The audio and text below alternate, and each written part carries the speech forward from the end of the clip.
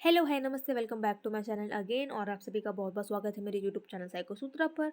आज हम करने जा रहे हैं न्यूरो साइकोलॉजी की प्लेलिस्ट में autism spectrum disorder. I know autism का नाम आपने बहुत सुना होगा, काफ़ी फेमस डिसऑर्डर है एंड इसके बारे में अब काफ़ी लोग साइको एजुकेट ऑलरेडी हैं। सो चलिए स्टार्ट करते हैं आज का ये interesting video without any further delay.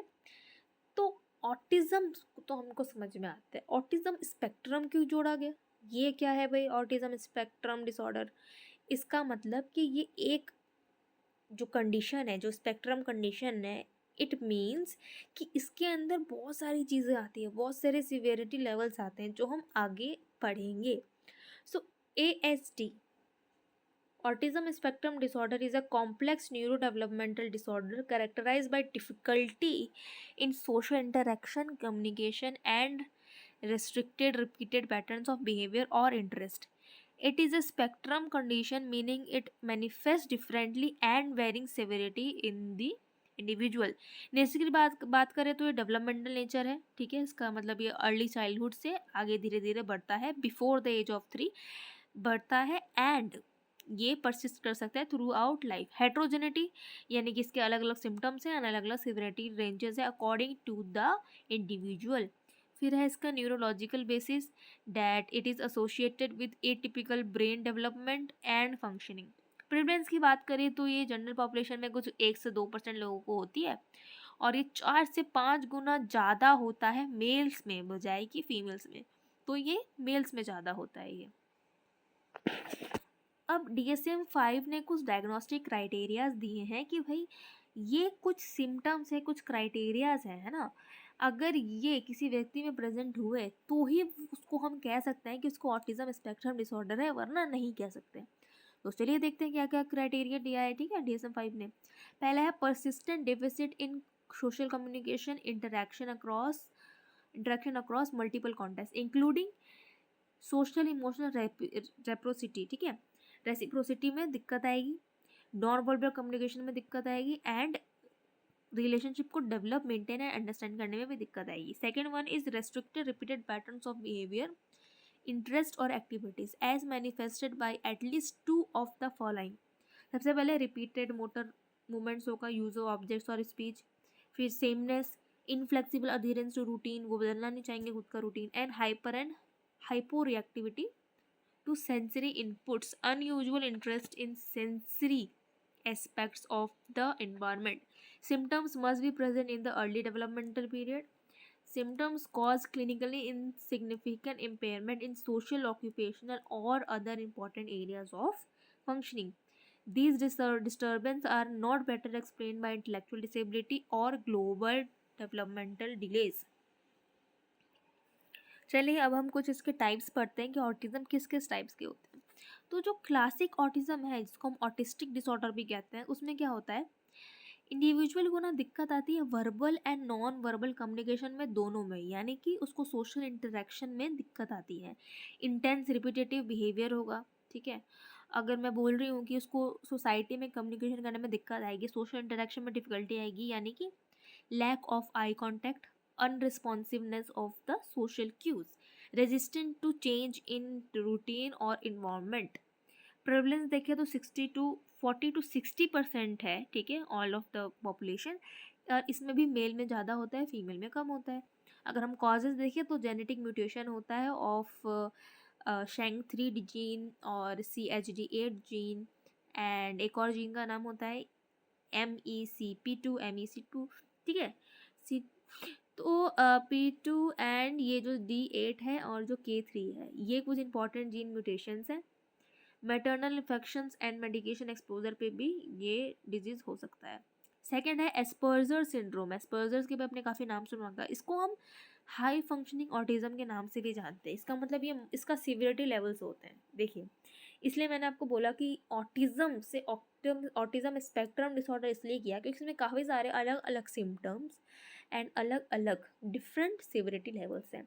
जैसे एस्पर्जर्स में हम अभी पढ़ेंगे, देखिए, mild to moderate social difficulties, ठीक है। Mild to moderate social difficulties होती है like trouble understanding with social cues, अभी रिपीटेटिव बिहेवियर होता ही है। नो सिग्निफिकेंट लैंग्वेज और cognitive delays, some individuals show advance verbal skills, clumsiness होता है एंड मतलब ढंग से इंसान नहीं रह सकता, मतलब अनहाइजीनिक तरीके से वो सर्वाइव करता है, अपने आसपास की चीज़ों का पर्सनल केयर नहीं कर पाता, पर्सनल हाइजीन नहीं रख पाता। पुअर मोटर कोऑर्डिनेशन होता है। 1 से 2% लोगों में हम कह सकते हैं, ऐसे कह सकते हैं 1 से 2 लोगों में होता है, पर मतलब 1000 में से 1 या 2 जनों को ही होगा।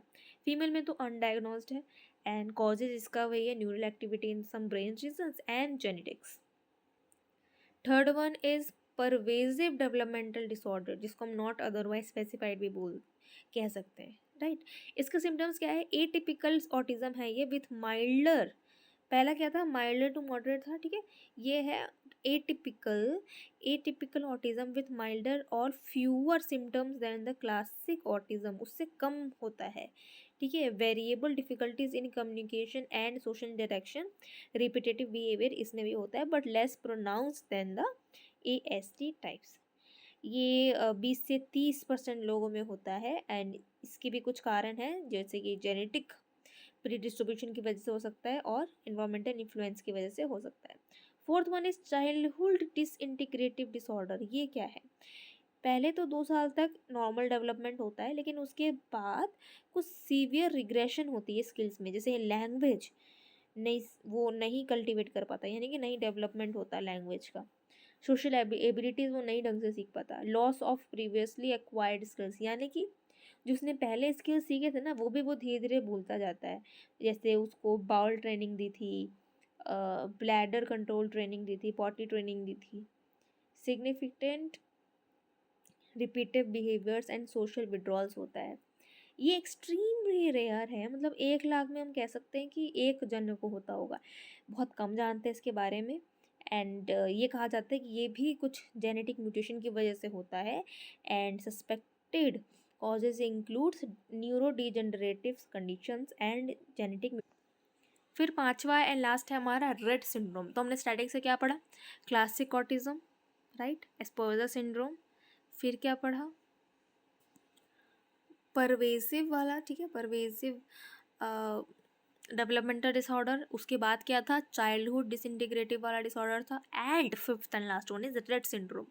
ये क्या है, ये 6 से 18 मंथ के बीच में इसका नॉर्मल डेवलपमेंट होता है बच्चों का, ठीक है, लेकिन रिग्रेशन बाद में कब से फॉलो होता है, देखिए बाद में रिग्रेशन फॉलो होता है in motor skills, speech and cognitive abilities.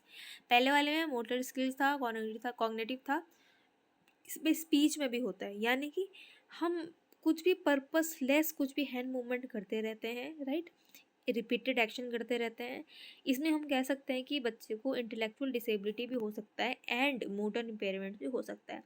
ये भी एक्सट्रीमली रेयर है, ठीक है, 10,000 में से 1 जने को हो सकता है। ये फीमेल्स में ज़्यादा इसका प्रेवलेंस है। Mutation of MECP2 gene on X chromosome इसका कॉज है। कॉजल फैक्टर्स की कुछ ज़्यादा बात करें तो देखिए स्ट्रॉन्ग हेरिडिटी जीन्स की बात कर देते हैं, फैमिली स्टडीज़ की बात कर सकते हैं। न्यूरोबायोलॉजिकल फैक्टर्स में हम देख सकते हैं कि ब्रेन का जो साइज़ है वो बड़ा है कि घटा है, उसमें कुछ एबनॉर्मलिटी आ सकती है, एनब्राइट ब्रेन वॉल्यूम हो सकता है।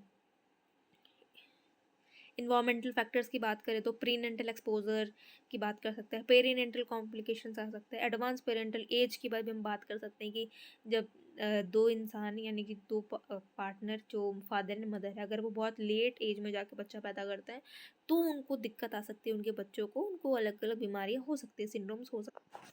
सो आई होप आपको आज का वीडियो पसंद आया हो।